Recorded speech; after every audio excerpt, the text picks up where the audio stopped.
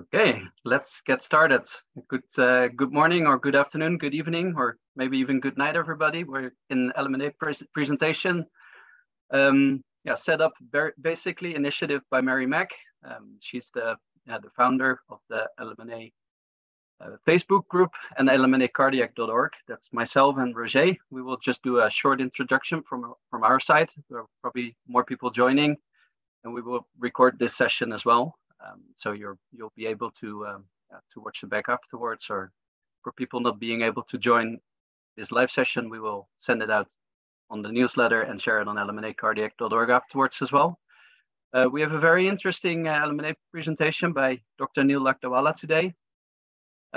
Just a short introduction about LMNAcardiac.org. The thing that we're trying to do with our foundation is to speed up research and development and build a strong network around LMNA patients and gene carriers. And that's basically all around the world. So we're happy to that a lot of people signed up for this LMNA presentation from seriously all continents. So it's all different time zones as well. And there's not really an introduction necessary for LMNAcardiac.org. I think if you have any questions in the meantime, just please put them in the Q&A. Then we'll see if we have time to answer the questions. And you already had the chance to send in questions up front. So Dr. Neil Lakdawala will probably have a look at those questions as well. The program for this morning, or for this hour of presentation, is first of all the introduction by myself and by Roger, then a short introduction from Mary Mack, and then we go to our speaker of today, to Dr. Lakdawala. Roger, do you want to do a short introduction from your side as well before we pass on to Mary? Yeah, sure. Thank you, Stefan. So as Stefan mentioned, Stefan and I are founders of LMNA Cardiac, and we're trying to bridge science and patients and the clinic. And I think we are doing a great job today by having Mary Mack organizing together with LMNA Cardiac, and then from her perspective as a patient, but also a patient group representative. And we are very proud and honored that Dr. Lakdawala is here as a world leading scientist and a cardiologist. And I think it's great to learn from the best. So I think we can get pretty much started with the presentation. So first, Mary, if I can give you the word as the initiative taker of this meeting. Okay, thanks. My name is Mary Mack, and I started this Facebook group in 2017. I felt a need to disseminate information and scientific literature to patients with LMN disease. And now we have close to 500 people, 500 members. And today, like Stefan said, today's presentation is by Brigham and Women's Heart Failure and Transplant cardiologist, Dr. Neil Lakdawala. He is an expert in LMNA Cardiomyopathy, and as well is the director of the Cardiovascular Genetics Clinic at the Brigham and Women's Hospital in Boston, Mass, USA. So a big thank you to you, Dr. Lakdawala, for agreeing to do this. Thank you, Mary. Stefan, I just need you, if you don't mind, to enable screen sharing. No problem. And otherwise, I can share the presentation as well. Oh, yeah. As long as what's easier for you? Yeah, it might be easier. Yeah, it might be just because I can advance the slides that way. Yeah, then you should be able to share the presentation right now. Thank you. All right, so. There we go.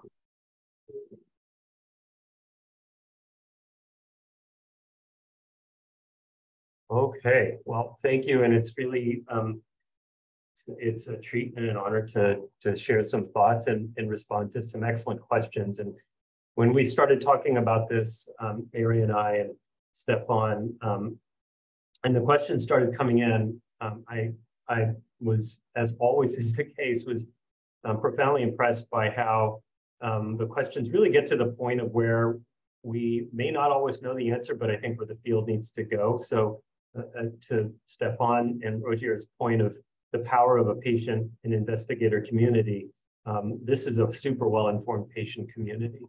And so what I've tried to do is to organize the questions in a thematic way, and to use, where possible, the medical literature to answer them, but then also to share my anecdotal experience from having looked after patients with LMNA cardiomyopathy, or those of others who've been in this field for a while. And because this is a forum mostly about implantable cardiac devices, there's no getting around defibrillators. So I'll start with the questions about defibrillators. And broadly, there were two flavors of them. The first was, how good are the criteria from which we decide, or we advise patients about who should receive an implantable cardioverter defibrillator or an ICD? And then a riff on that question was, should an ICD be considered in a patient who previously met criteria but experienced an improvement in cardiac function with medical therapy? So I think the first answer, or the first way we think about this, is the way we think about just about any therapy in the practice of medicine, which is to weigh risks and benefits. And as a patient community, I think one of the powerful things you can do is to help orient medical providers about ways that your values may or may not align with the reality of that risk-benefit trade-off in LMNA cardiomyopathy. And so generically, when we think about the risks of implanting a defibrillator, at least when I think about it, at the top of the risk list for your generic patient, not your layman cardiomyopathy patient, it's the risk of inappropriate shocks, which for most diseases will outnumber appropriate shocks by anything from 2 to 3 to 1, can be a source of real morbidity or distress for patients. And then in descending order, there are concerns about infection where the device is implanted, a pocket infection, a big contained bleeding in that pocket, or a pocket hematoma. For people who receive defibrillators with wires that go through blood vessels, so-called transvenous devices, there can be injury to the tricuspid valve, that's a valve on the right side of the heart, or injury to the blood vessels through which those wires pass.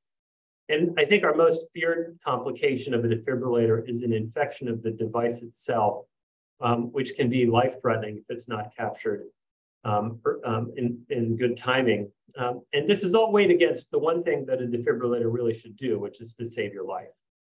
And I'll try to explain why I think that top risk, inappropriate shocks, is almost, I don't want to say it's a non-issue, but from a statistical standpoint for people with layman cardiomyopathy, the risk is actually quite low. The other risks are still present, but then on the plus side, it can save your life benefit, I think is particularly strong for this disease. So if you see most cardiologists, and you saw them before 2017, there were two scenarios in which a defibrillator would go in, and these two scenarios still stand true today. One is a primary prevention device, meaning that a defibrillator is being put in as a insurance policy for someone who's never experienced a life-threatening heart rhythm to date. So we're worried about what the future will have in store, and we're recommending a defibrillator. The alternative is a secondary prevention device, and this is for people who have already suffered a cardiac arrest or have had sustained ventricular tachycardia.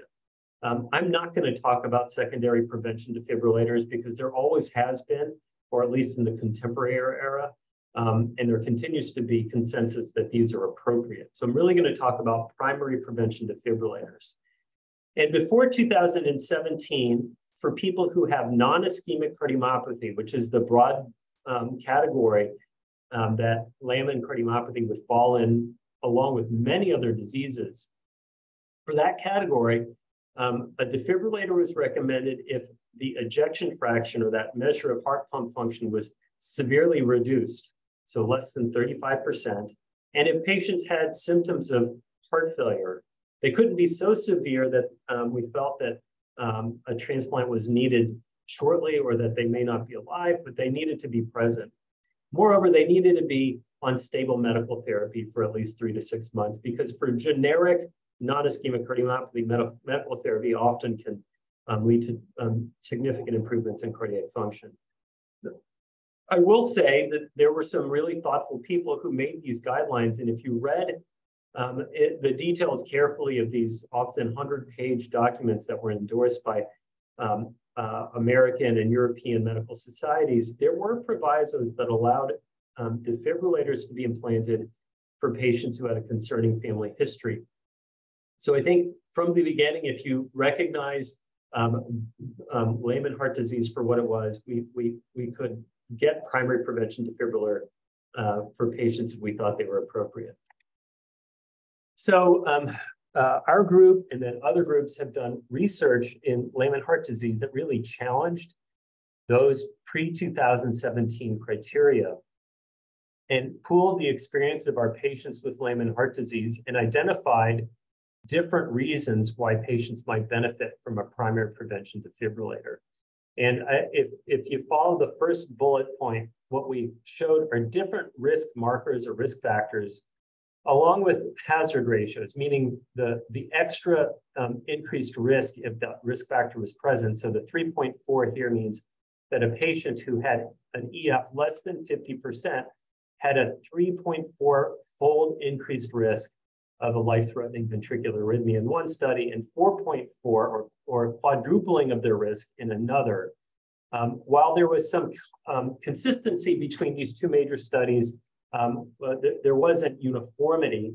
And we were only able to include the data that we had captured well. So I think it's worth noting that ongoing research will be useful in this field because we may still not have it as accurate as it could be.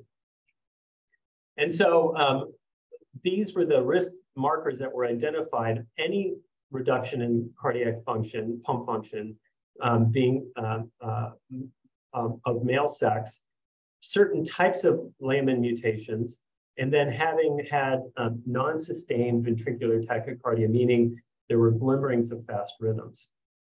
One thing that stood out in our research that really colored how I think about defibrillators for people with Layman heart disease, and maybe one of the most important messages I try to convey to other cardiologists and share with patients, is that the risk was present even in patients who had normal cardiac function. And so for our patients who had ejection fractions greater than 35%, over a quarter of them had life-threatening arrhythmias. I'm sorry, over half of them had life-threatening arrhythmias, and over a quarter of them had life-threatening arrhythmias with normal cardiac function. And this changed how I think about defibrillators in a very fundamental way. So I think Rogier and others who care for patients with a broader spectrum of diseases recognize that for most people with cardiomyopathy who are being considered for a defibrillator, the question is, should this patient have a defibrillator? And for Layman heart disease, what this really these data led me to change my perspective on was really when should this patient have a defibrillator? And it sounds like a subtle difference, like when as opposed to if, but it's actually not. If you think that most patients are going to need a defibrillator at some point in their lives, then maybe we shouldn't get overly careful about predicting the exact right time to implant a defibrillator, because if we try to get really, really specific, chances are we might suffer catastrophe. Another study that had been published leading up to this that prompted sort of the same question was a small series from a French group that looked at patients with Layman heart disease who needed a pacemaker, but in the pre-2017 era didn't have a classic indication for a defibrillator. They just went ahead and implanted defibrillators in all these patients and found that many of them benefited from this strategy. And what I show you here to the right is just the burden of ventricular tachycardia and ventricular fibrillation that we saw over a 7-year period of time in our group of over 100 of patients with Layman heart disease. And these are big numbers. And really, I don't think of another type of cardiomyopathy that compares to this. So in 2017, these data led to some meaningful change in how our broader cardiology community recommends defibrillators for patients. And so every several years, the major cardiology societies will get together and write guidelines that provide some consensus and quality for how care should be provided across the spectrum of cardiovascular disease. And that year, the American Heart Association, the American College of Cardiology, and the Heart Rhythm Society wrote guidelines for the management of ventricular arrhythmias and prevention of sudden death. And what stood out here was something that was almost unprecedented, which was the explicit incorporation of a genetic diagnosis in their guideline recommendations. And what they recommended was for patients with Lambert heart disease who had 2 or more of those risk factors, that a defibrillator could be beneficial. And they gave what's considered a 2A recommendation. To get a 1, there needs to be extremely high high quality scientific data undergirding this. So that a 2A ends up being a very strong recommendation. The problem was that even that, I think, was imperfect. So following this, in a French-led effort, a more nuanced way of identifying risk in Lambert cardiomyopathy was developed. And so in France, they put together a cohort of over 400 patients with Lambert heart disease. They used our patients that we've looked after and then a group of patients in the UK to validate their findings. And again, like in our experience, we were only able to assess risk associated with clinical characteristics that we measured. In other words, if it turns out that, I'm going to make up something totally nonsensical, if it turns out that red hair was associated with risk, but we didn't capture red hair, we won't be able to comment on that. But that aside, we did expand the number of risk factors included, and here it was not just those 4, but also heart block or AV block. And then we also included the type of gene mutation. And we learned that this led to some recategorization of risk. And by putting things into a multivariable model, essentially a risk calculator, patients went into 4 different risk groups from low to high. And what the y-axis shows is the risk of a life-threatening arrhythmia in 5 years. And so a risk of 1 means it's 100% risk. That's ridiculously high. There's really nothing like that in cardiovascular medicine.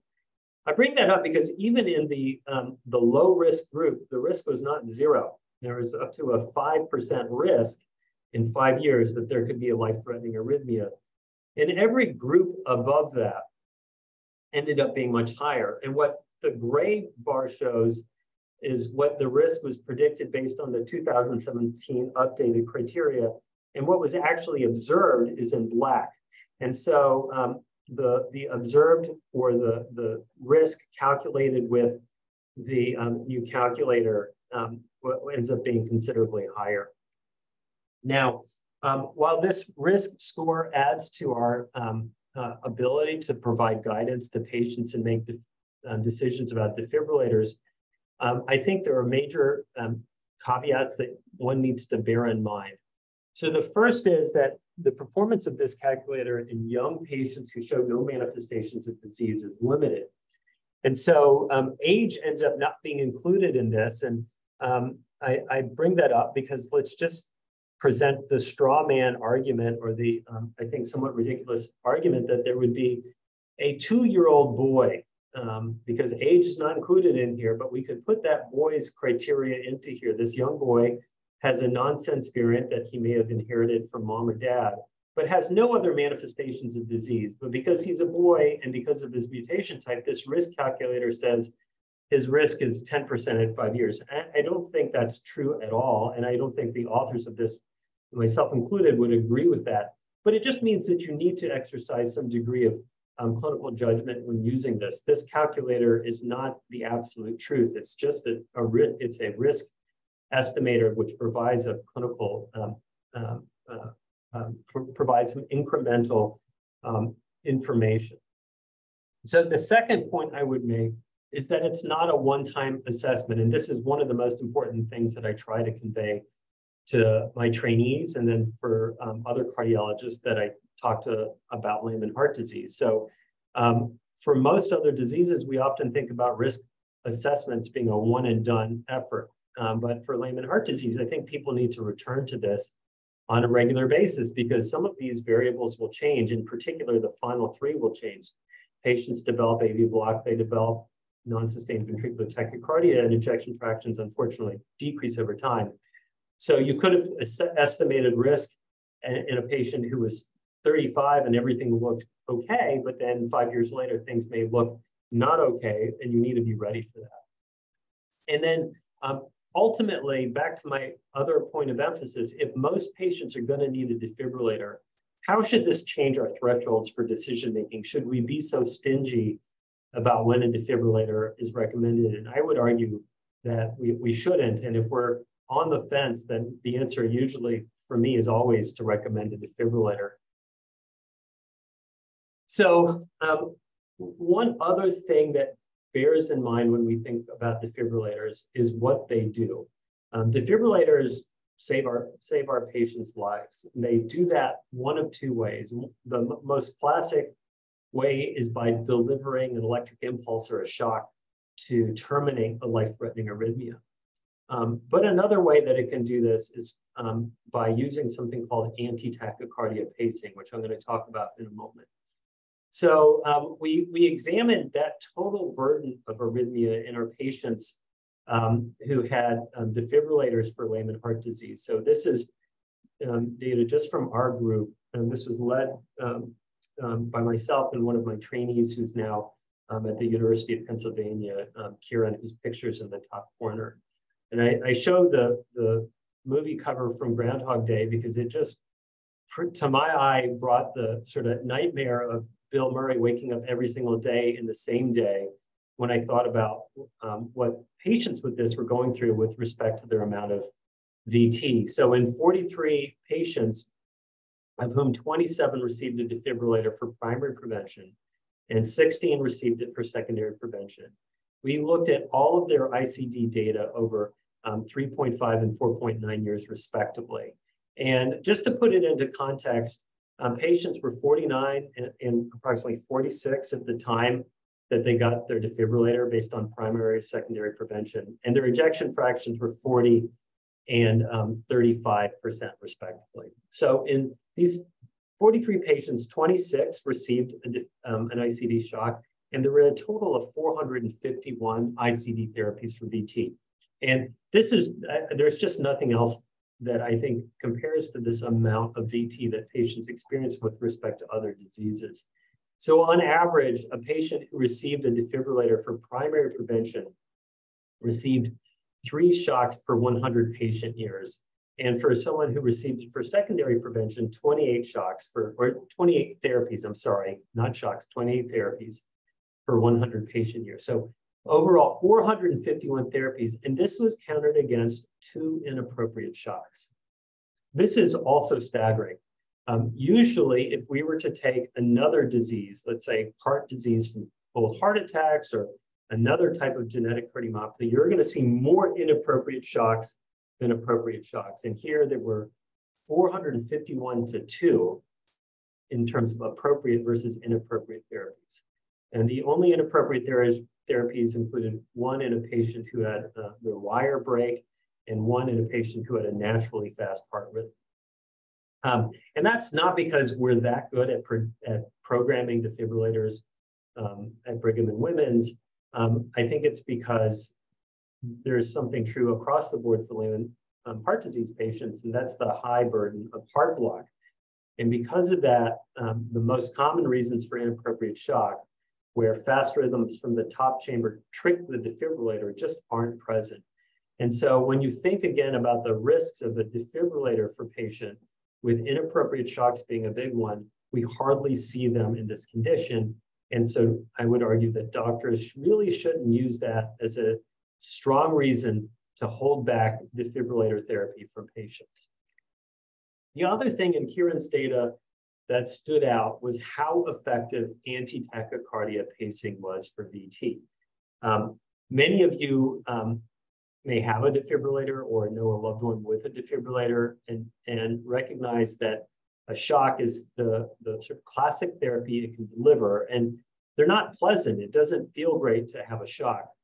They can save your life, but it comes with some real degree of emotional, mental, and perhaps physical consequence.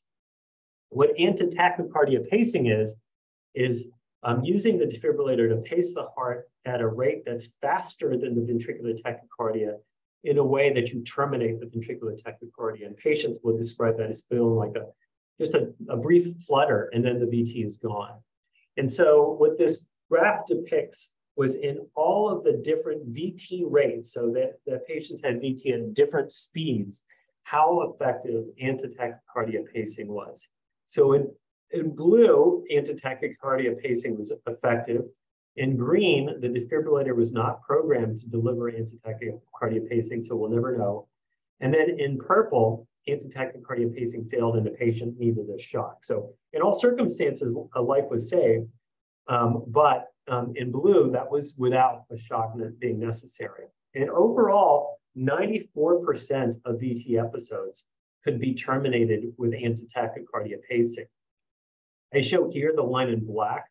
That's the rate at which most defibrillators are initially set to deliver a first shock.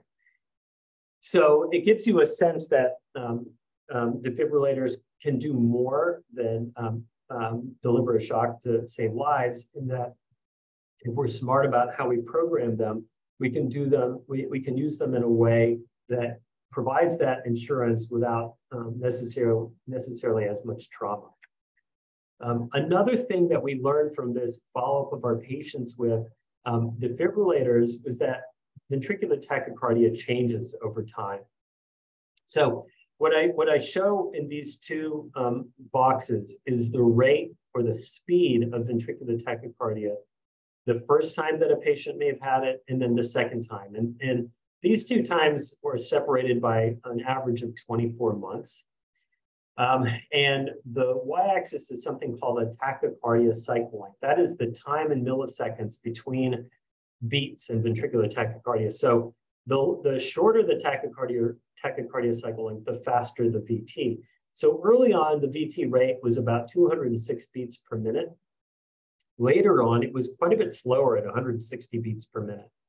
And this is really important because if we don't reprogram our defibrillators, we're not going to be able to capture this sort of life-threatening arrhythmia, because this may be below the detection zone for the way a defibrillator is programmed. So I think coming back to the question, how good are the criteria for which patients should receive a defibrillator? I'd say they're pretty good, but they require that whoever is thinking about this for our patients is aware of the very specific literature and recommendations for people with lament heart disease to be aware of a risk calculator that came out after the last guidelines to understand the nuance of applying that risk calculator to an individual patient. And I'd say occasionally, and maybe more depending on where you live, be ready to advocate for a defibrillator with insurance companies that may have a one-size-fits-all approach. And so when I've come into a situation where an insurance company says no, I've always gotten to yes. It just requires some argument or appeal process that I think we can be successful with, but requires that extra effort. So the second point was, should a defibrillator be, or a second question was, should a defibrillator be considered in a patient who previously met criteria but experienced an improvement in cardiac function with medical therapy? I want to show a little literature that informs how I think about this. But I'd say broadly speaking, this is a data-free zone. We don't have a ton of information in our research about this question. But I'd say generally I would advise an ICD in this situation. And the reason we don't have a lot of research about this question is that we have not seen a lot of improvement in cardiac function with medical therapy for most of our patients with Lehman heart disease. And this is unfortunate, but it is the reality. So these are European data where 3 different types of cardiomyopathies were compared. In black is a type of cardiomyopathy caused by a gene mutation in the titin gene. This is the most common genetic cause of dilated cardiomyopathy, maybe the most common cause of dilated cardiomyopathy. In this houndstooth color in the middle is Lehman cardiomyopathy, LMNA cardiomyopathy, and in the other shade of gray is an idiopathic dilated cardiomyopathy. That case that many of you may have been diagnosed with originally, which basically means we don't know why they had cardiomyopathy, but in this case, they had been genetically tested. And this group of scientists looked at 2 different metrics of how patients responded to medicines. One is treatability, and the other is reversibility. And what treatability meant was with medical therapy, were we able to show stabilization up to an improvement in cardiac function with an ejection fraction improving by 10%, and reversibility meaning improving by more than 10%. And I'll just draw your eye to the middle bar was that in patients with Lehman heart disease, we saw very little treatability or reversibility with medical therapy. And so to the question about what should we do when cardiac function improves, I think we haven't seen a lot of that, but knowing what we know about Lehman cardiomyopathy, I think we would generally recommend a defibrillator in that situation. So I'm going to shift to talking about another type of defibrillator, or generally an add-on to defibrillators, which is cardiac resynchronization therapy, also called CRT or biventricular pacing. So the dominant flavor of questions were as follows, and I collated these and combined them. So one is, can a CRT device improve ejection fraction in Lehman DCM, even if the chambers are still beating simultaneously? Or does it not do anything new then? And then the other is, should we start with CRTD from the beginning?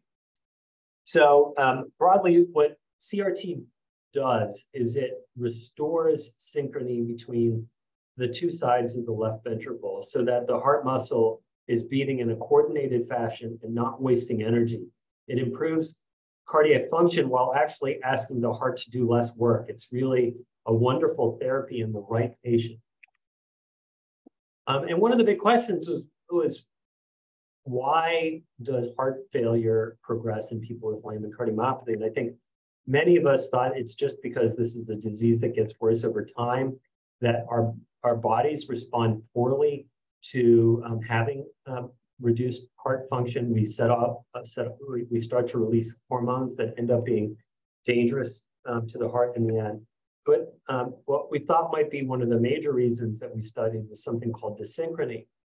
And the reason it's, I think, particularly relevant for people with Lehman heart disease is that so many patients have devices and go on to develop heart block. They may get a pacemaker for electrical block between the top and the bottom chambers of the heart, and then start pacing on just the right side of the heart. Or they may get a defibrillator and then again get have heart block and get paced on the right side of their heart.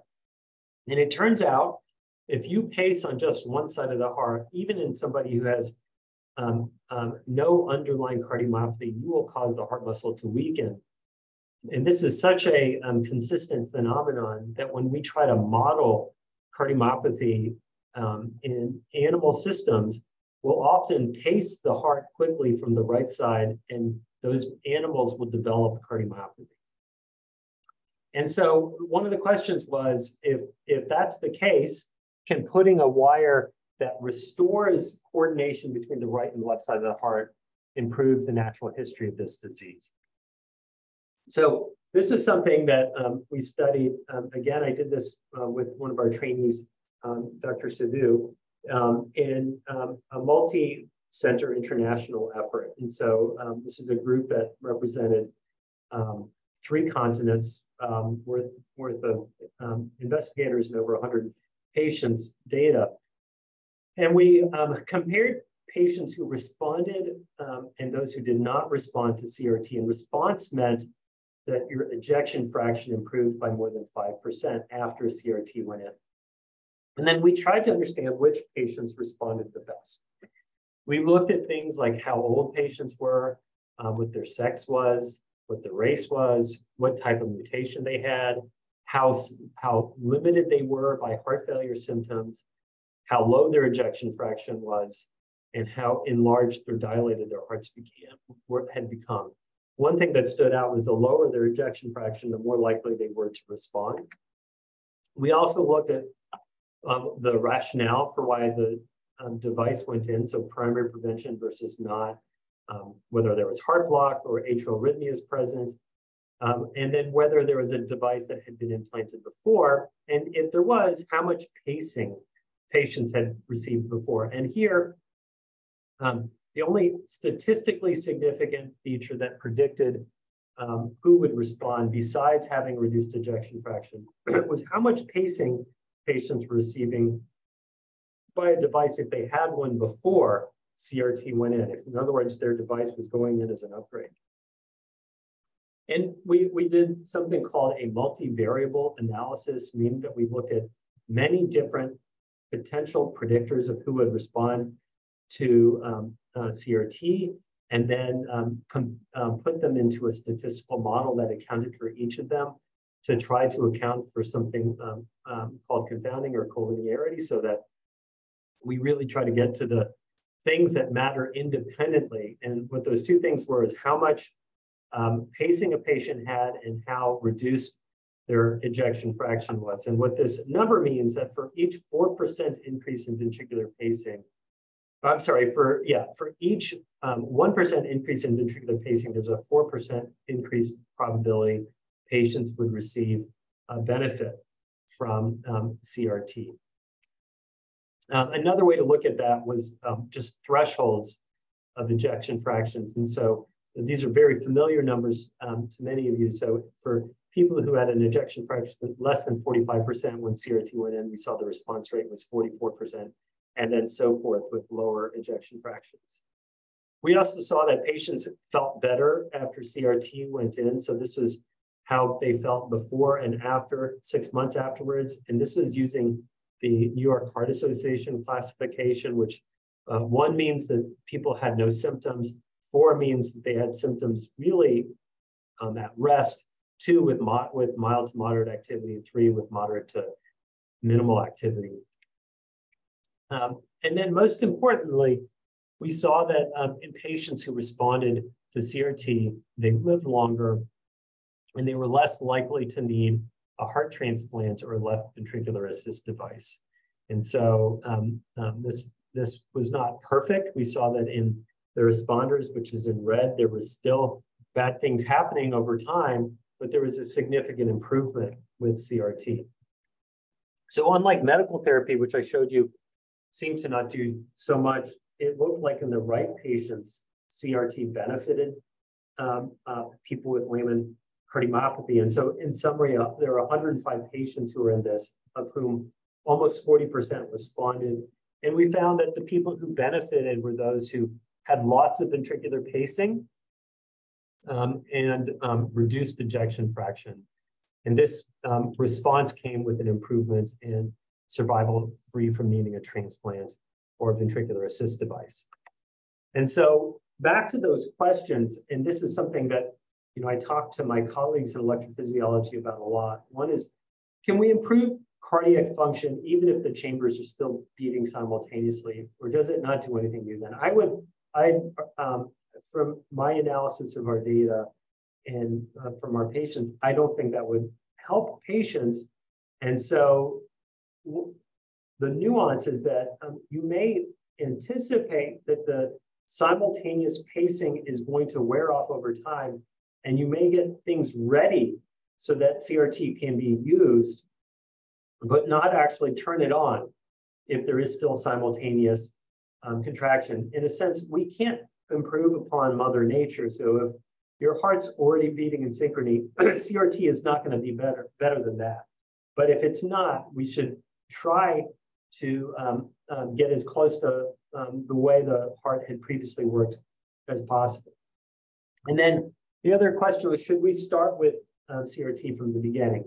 And I say it really depends on when we are beginning. If we're beginning at a time when there's already a high degree of ventricular pacing that's anticipated, and that means that you might have underlying heart block, or if the ejection fraction is already low, then I think the CRT-D device makes sense to implant as the first device. The reason you may not want to go to that right away is that it's a technically more complicated procedure. It doesn't always work out. And this is a technology that we're seeing some real evolution in over time. So, thinking about both defibrillators and CRT-D devices, one way to think about this is to just put it all together at the same time.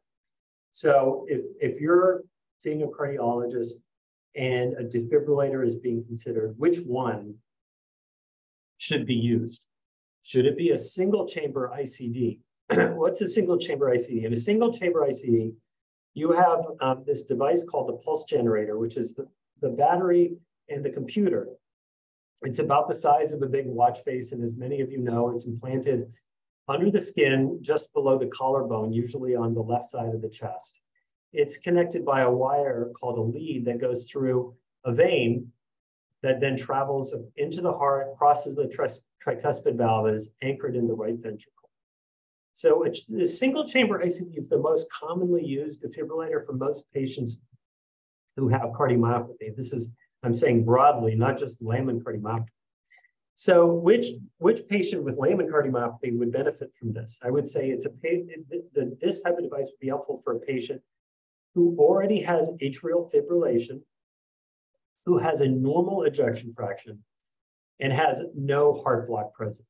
And that's because we don't think that this device is going to need to provide pacing, which could then hurt the heart. And we don't need to be notified about atrial fibrillation. Or we don't need to ensure synchrony between the top and the bottom chambers of the heart. This turned out not to be, there aren't a lot of people with layman cardiomyopathy who meet those criteria, but there are some.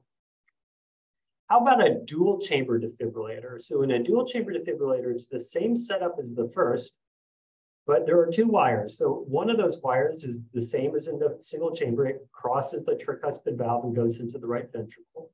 But another wire is anchored in the right atrium next to the natural pacemaker of the heart, which is also called the sinus node. The beauty of the dual chamber pacemaker is that it can maintain synchrony between the top and the bottom chambers of the heart. For layman heart disease, it provides an excellent monitor for atrial fibrillation as well. And so where I would recommend this for patients is maybe with early stage disease, where I'm worried about their cardiac arrest risk, but they currently have sinus rhythm, meaning they don't currently have atrial fibrillation. They have a normal ejection fraction, and again, no heart block. I'm not worried that they're going to get paced in the right ventricle in a way that could actually cause the heart to tire over time. And then biventricular or a CRT-D device. So it's like a dual chamber defibrillator in most cases, in that you have a wire going to the right ventricle and the right atrium. But then you have a third wire that goes to the left ventricle. So the left ventricle lateral wall and the septum are stimulated at the same time. So you bring back that coordination to the heart muscle. And I think this should be the workhorse for most of our patients with defibrillators. And the typical scenario is if you have a reduction in your ejection fraction, or if there's heart block present, this is the right device for you. If you have atrial fibrillation, you may not need the wire to the top chamber, the atrial lead, but you would still benefit from these bottom two wires. And the reason that you want to keep to the fewest number of leads, you might say, why not a biventricular ICD for everybody? And it's because the more wires that go through these veins and then are in the heart, the higher the risk of damage to these veins and damage to this valve and risk of infection. And so sometimes less can be more. The newest kid on the block And the one that I think really does not have a role for patients with LMNA cardiomyopathy, at least based on 2023 technology, is the subcutaneous ICD. And the reason it's become so popular, and I like it for other patients, is that because there are no wires in blood vessels. That means no risk of damage to blood vessels, no risk of damage to the tricuspid valve, none of that most feared complication of a bloodstream infection. That's great. But also, when you have a system like this, where the device is entirely outside of the body, you can never serve as a pacemaker, or at least not in a durable way, and you can't provide anti-tachycardia pacing. And so I don't think patients with LMNA cardiomyopathy benefit from a subcutaneous defibrillator. I know that many of you and many of our patients are young, and cardiologists understandably want to spare young patients from the lifetime complications of having leads and wires inside of their blood vessels. But if the device can't do all the things that you need it to do, if it can't pace you, if it can't provide anti-tachycardia pacing and spare you of shocks, it's not the right device for you the vast majority of the time. I mean, and these devices also are not good at detecting atrial fibrillation. In the future, it's possible that a subcutaneous, I think it's likely in the future, a subcutaneous defibrillator could evolve to be paired with something called a leadless pacemaker to enable things like anti-tachycardia pacing and pacing without all of the wires. And maybe that is the future, but it's not currently available in 2023. I think for many cardiologists, once you decide to implant a defibrillator and it goes in, we stop thinking about the device nearly all that much unless a problem arises. And I think in this disease, it's very important that we don't do that. I think that revisiting the way that an electrophysiologist programs the defibrillator is crucial. And that's because it allows us to set anti-tachycardia pacing in a way that minimizes shock. So if you can have your life saved but in a way that only 1 out of 20 times the device goes off, does it deliver a shock? Then geez, we should do that. But that requires that the programming is set to enable that. The other is that because VT slows over time, and the way that an ICD is programmed is really to deliver a therapy once a rate threshold is crossed, you need the electrophysiologist or whoever is programming the device to respond to the way that you're changing, the way that a patient's disease is changing, so that we don't lose the life-saving capabilities of the device. And the other part of this is that because inappropriate shocks are so infrequent in this disease, we should probably not use some of the features that introduce a trade-off between life-saving and reducing inappropriate shocks. If inappropriate shocks just aren't going to happen, let's get rid of these so-called discriminators that might have a defibrillator hold back from delivering a life-threatening therapy, life-saving therapy. I think another tool of the defibrillator that should definitely be utilized is that if the defibrillator goes in before a patient has atrial fibrillation, it can become a 24/7, 365 monitor that can allow us to detect atrial fibrillation. And we want to detect atrial fibrillation before you know about it. We don't want you to tell us you have atrial fibrillation, because one of the most dreaded ways you can tell us you have atrial fibrillation is if you have a stroke. We don't want any more strokes with this disease.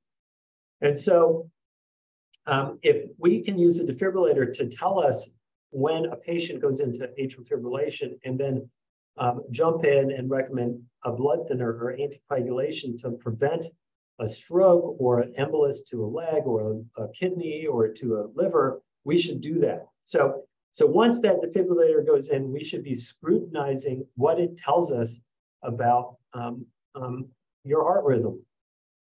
And then to the questions about whether this is still the right device, we should keep a careful eye on the amount of pacing.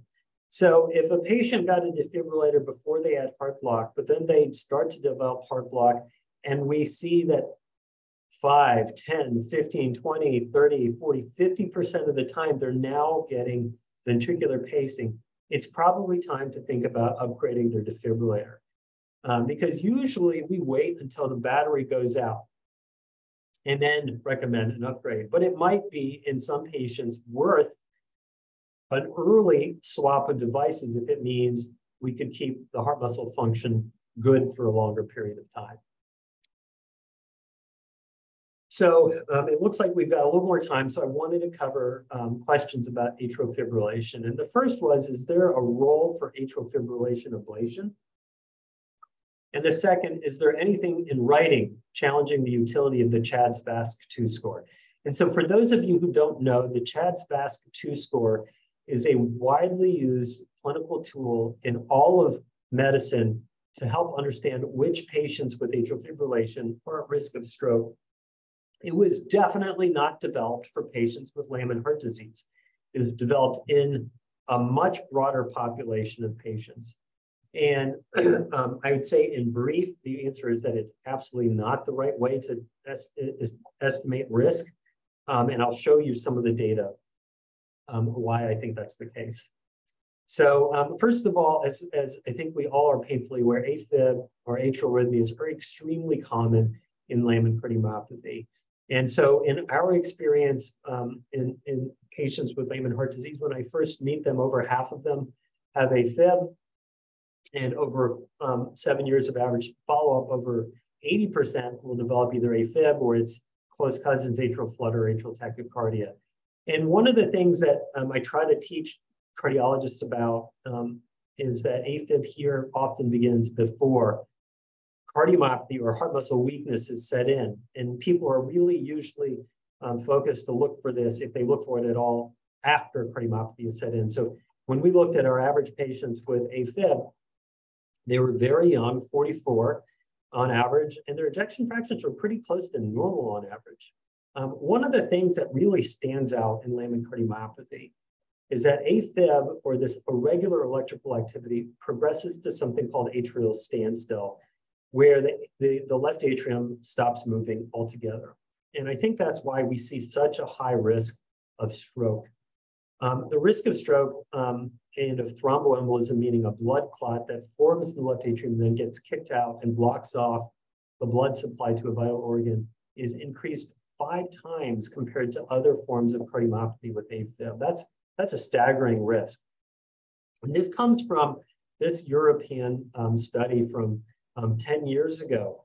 This is about the closest that we get to challenging the CHA2DS2 score.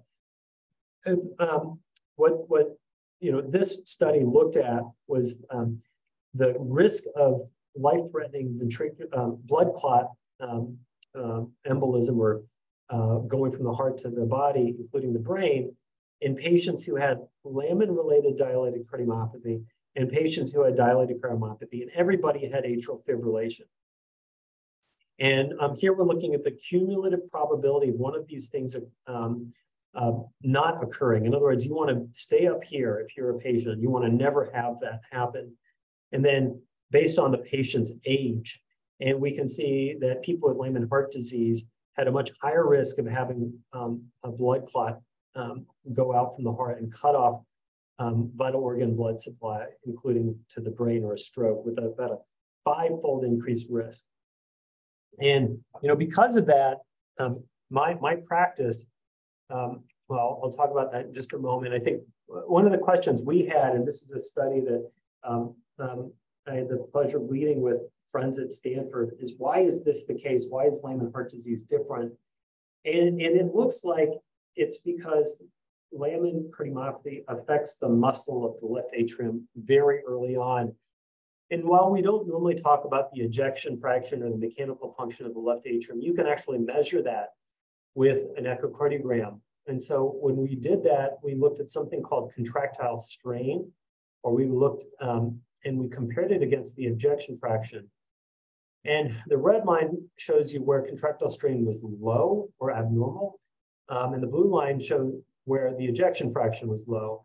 And we can see in the red area that many patients had reduced atrial pump function while having normal left ventricular function, meaning that the left atrium may stop working well before the left ventricle has a problem.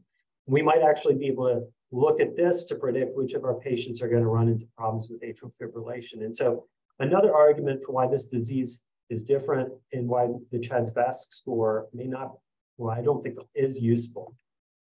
So, to the first question, is there a role for AFib ablation? I would say anecdotally, this might be helpful for the rare patient who has very early stage disease, who has symptoms when they go fast in atrial fibrillation. But I think the unfortunate reality is that AFib is going to become permanent over time, and that the risk of going through an AFib ablation may not be worth it for most patients. And that's because this appears to be a disease that directly affects the left atrium, which is different than many other forms of heart diseases. And then the closest thing to, in writing, challenging the CHA2DS2-VASc utility is this study I showed. But my practice, based on these data, is to strongly advise anticoagulation for almost every patient with LMNA cardiomyopathy and atrial fibrillation. And I go looking for atrial fibrillation. I want to find out before you find out, because I don't want you to find out when you've had a stroke. And then I do something called bridging. So if you have AFib and you come into the hospital because you need a procedure, let's say that you need a pacemaker generator change, or you need a gallbladder to come out, I use a blood thinner that covers you right up until before the procedure, if possible, and then resume it almost immediately thereafter. And this is different than in most cardiovascular medicine, where we really don't do bridging. We let patients come off anticoagulation because it's generally safe. So I know we're out of time. Maybe I'll just stop here, and Stefan and Mary, I don't know if there are any questions that came up that I should maybe respond to just address the other. Most of the questions were sent in up front, of course, Neil. So that's really helpful, and it was a really good presentation, and all the questions were already in the presentation. So thanks for that.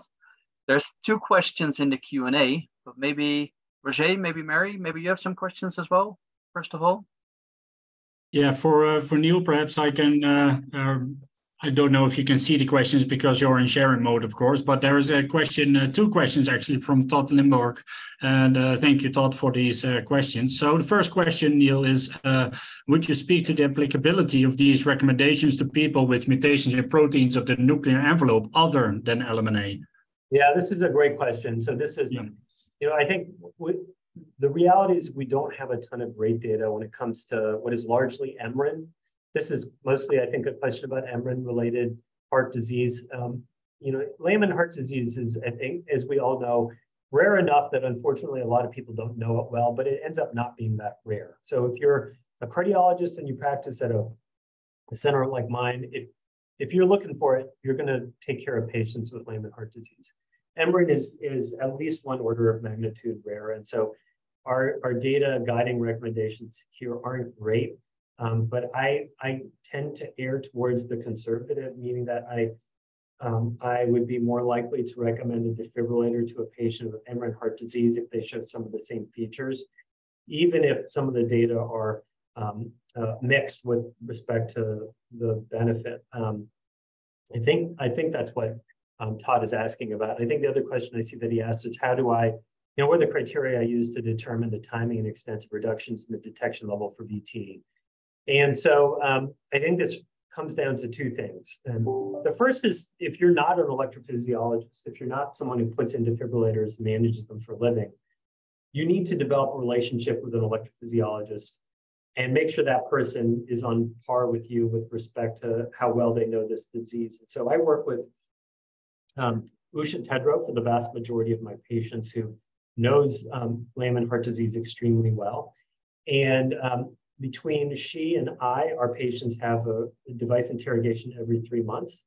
And based on what we see on those interrogations, their speed of non-sustained VT, their therapies, we adjust their programming accordingly. It turns out not to be it's not every 3 months that someone needs a programming adjustment.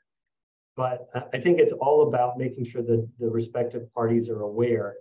Because if you work with someone who doesn't know this disease, I think they may feel put out that you're always asking them, hey, Dr. John Doe, why is it that you didn't change the programming when my patient Jane Doe had VT at a rate of 172 or something like that? Yeah, and coming back to the first questions, I also think because it's a mechanotransduction problem, so the forces applied to the cell or the tissue, in this case the heart, is one big chain, and you have a lot of links within that chain. And if it's amarin, it's lemon, it's BAF proteins, sun proteins, or even smaller proteins, there is a problem in transduction. So I completely agree with Dr. Lakdawala that if there is a problem, be conservative. So I would, from a mechanobiological point of view, I would also see the same. And if it's amarin or lemon, just be careful, and it would be a conservative approach would be recommended, I think. Yeah. If there are other questions, indeed, as Stefan said, a lot of questions were already sent in. So thank you for that. So we had 2 questions over here. Perhaps there is one small question since we have the expert aboard right now. So if there is another question, please type your question. Yes, there is one. Susanna, 1,000 thanks for this important meeting. Greetings. Oh, that's not a question, that's a remark. Thank you, Susanna, and thank you for being there again, because I recognize your name, so that's a good thing. Yeah, quite some people that show up quite often, so that's really nice and very good. I think if there's any other questions, please feel free to reach out to Mary's Facebook group, or otherwise feel free to reach out to LMNAcardiac.org as well. And I think this is a really good ending of a very interesting LMNA presentation and meeting. And thank you, Dr. Lakdawala, for taking the time, and especially taking the time to make this very interesting and good presentation. So that's amazing. We made a recording, and we will send it out and share it on the website as well. And once again, if there's any other questions or any other things that we can help out with LMNA Cardiac, please let us know.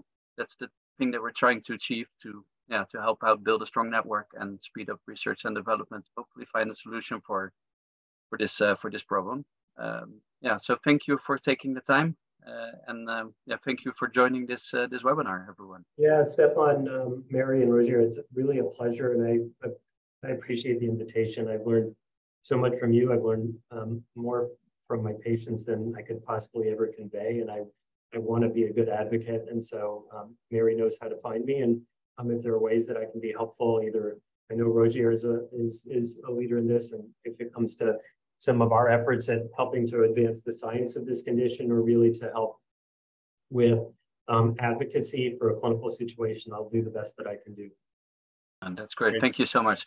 One last addition from our side: we're working on a medical provider list on the website at the moment, and we're working on the LMNA mutation list. So if you could take the time to, as patients, to take the time to fill out those surveys as well, that would be amazing. The more results we get in, the more we can do. So that's my last addition, basically. Mary. Yes. Thank you very much. You wanted to say something as well. Oh, no.